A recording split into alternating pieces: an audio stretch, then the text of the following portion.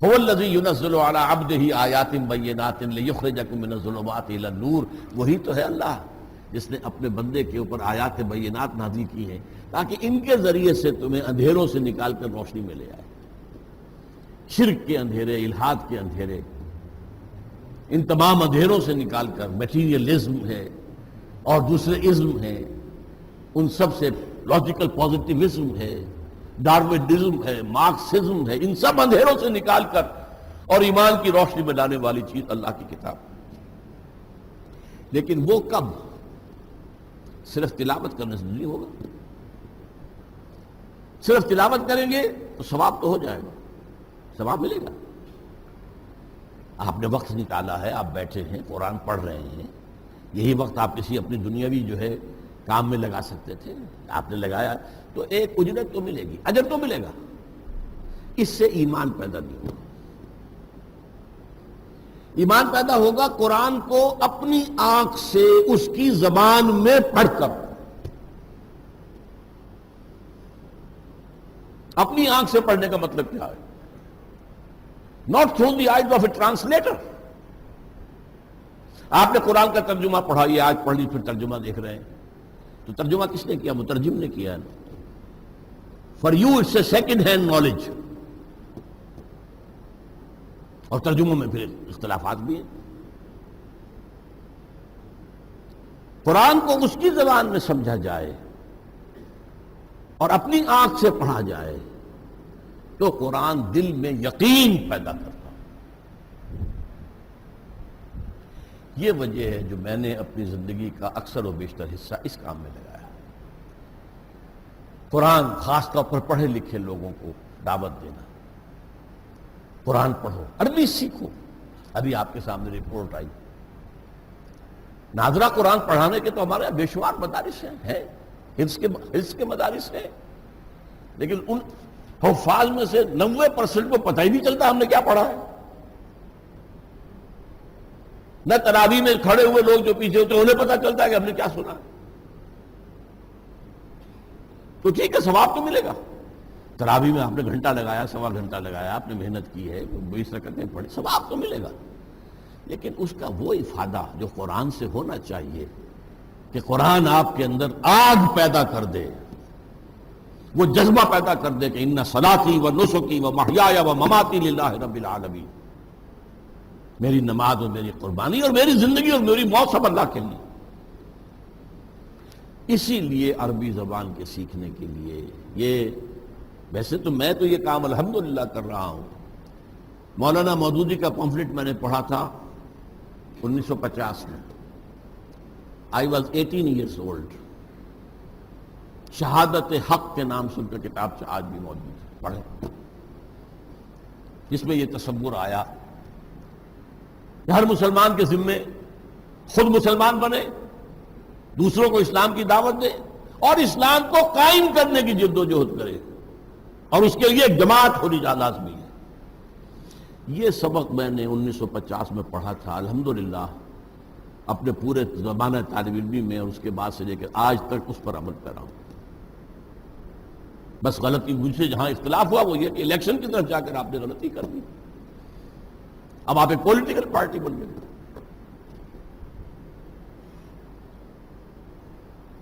اس حوالے سے میں نے پھر وہ تو کام میں ہمیشہ کرتا رہا، لیکن یہ کہ خاص طور پر 1965 میں منتقل ہوا تھا لاہور ود ریزولو کہ اب مجھے وہ تحریک خود اپنے بل پر جو بھی صلاحیت اللہ نے دی ہے۔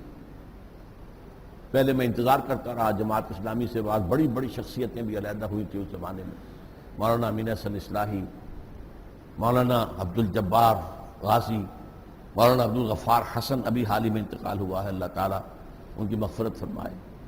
بڑے بڑے لوگ تھے، شیخ سلطان احمد صاحب تو غالباً ابھی باقاعدہ حیات ہیں، اللہ تعالیٰ انہیں زندہ دے، تو زندگی اور دے اور صحت دے۔ تو کوشش میں کرتا رہا، یہ لوگ علیحدہ ہوئے ہیں اسی اور اس ایشو پر تو یہ جماعت بنائیں، لیکن نہیں بنا سکے۔ تو پھر میں نے کہا ٹھیک ہے، ہر ایک کو اپنی موت قبر میں جانا ہے، جواب دینا ہے۔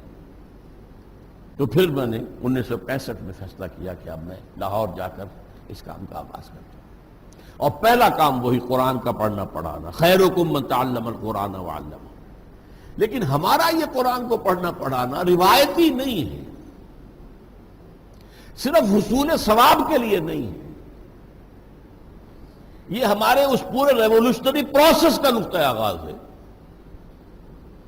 کہ اس کے ذریعے سے پہلے ہمارے اندر انقلاب آئے، ہمارے اندر انقلاب آئے، ایمان پیدا ہو، یقین والا ایمان، برننگ فیتھ۔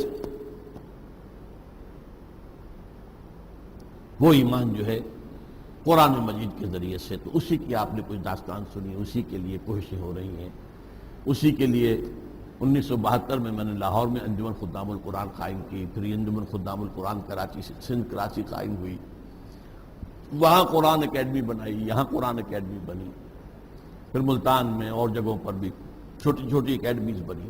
مقصد کیا؟ قرآن تو عربی اس کی اصل زبان میں اپنی آنکھ سے پڑھنے کے قابل ہو جائے تو یہ تمہارے اندر اتر جائے گا۔ علامہ اقبال جیسے کہتے ہیں، چوں بجاں در رفت جہاں دیگر شود، جہاں چو دیگر شد جہاں دیگر شود۔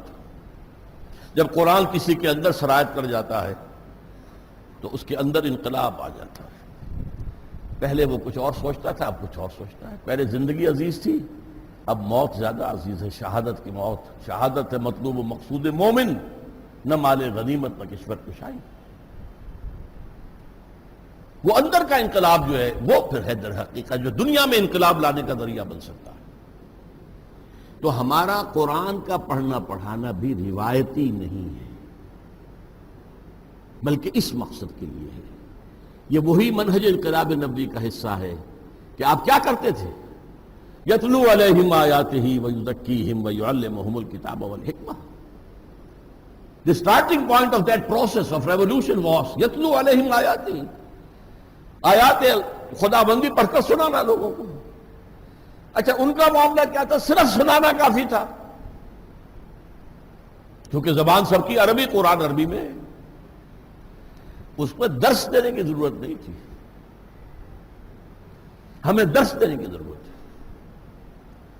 کیونکہ عربی زبان اپنی ہے ہی نہیں، اور تاکید ہم کرتے ہیں کہ عربی پڑھو تاکہ خود اپنی آنکھ سے خود تیرے ضمیر پہ جب تک نہ ہو نزول کتاب، گرہ کشا ہے نہ راسی نہ صاحب کشاف۔ اب آپ کے دل پر خود قرآن نازل۔ دوسرا کام، جن لوگوں کے اندر یہ ایمان کی کیفیت پیدا ہو جائے، اور اس کا ثبوت کیا ہوگا؟ ثبوت ہوگا شریعت پر مکمل عمل۔ دیکھیے حضور کے زمانے میں شریعت تھی نہیں، شروع میں مکے میں شریعت کہاں تھی؟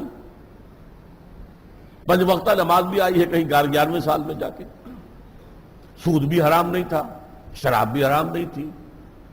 وہاں کیا ہوتا تھا؟ آپ نے کہا لا الہ الا اللہ محمد رسول اللہ اور مار پڑنی شروع ہو گئی۔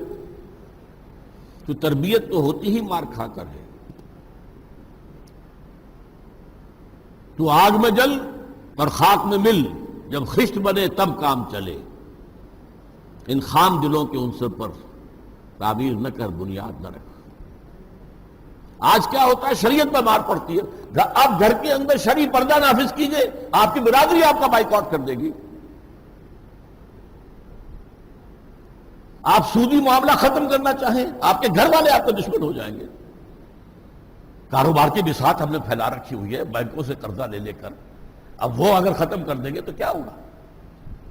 کرو، حرام ہے، چھوڑو، براہ راست تو ملوث نہ ہونا۔ ویسے تو میرے اور آپ کے اندر بھی غبار تو جا رہا ہے، جیسے کہ حضور کی حدیث میں آیا، ایک وقت آئے گا کوئی شخص سود نہیں کھائے گا، کبھی اس کے اندر غبار اس کا ضرور جائے گا، کیونکہ سود ہی سود، ہر جگہ سود ہے۔ پورا ہمارا نظام معاشی سود کے اوپر ہے۔ گندم کے ہر دانے میں سود ہے، اس کے لیے بیج خریدا گیا سودی قرضے پر، اس کے لیے پھر فرٹیلائزر لیے گئے سودی قرضے پر، اس کے لیے پیسٹیسائڈز لیے گئے سودی قرضے پر، اس کے لیے ٹریکٹر لیا گیا سودی قرضے پر۔ تو گندم کے ہر دانے میں سود موجود ہے، لیکن براہ راست تو ملوث نہ ہو کہ اپنی رقم رکھ کر اور سود کھائیں، یا وہاں سے لے کر اور اپنا کاروبار زیادہ پھیلائیں، اپنی بلڈنگ بہت بڑی بنائیں۔ یہ ثبوت ہوگا۔